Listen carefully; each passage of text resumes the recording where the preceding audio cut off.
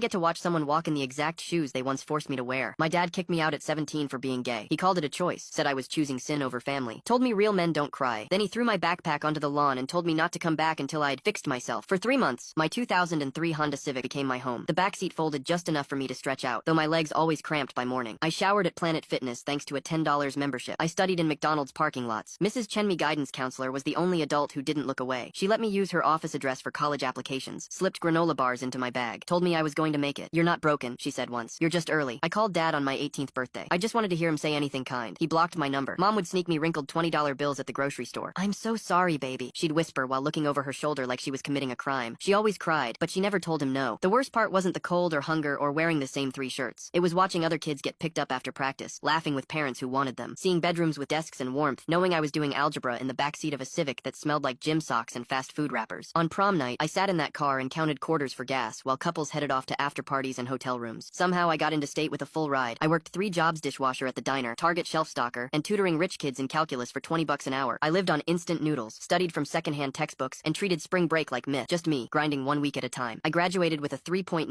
GPA in computer science. Landed a job at a startup in Austin making $85K more than my dad ever did welding at the plant. 2 years later, the startup got bought by Google for $400 million.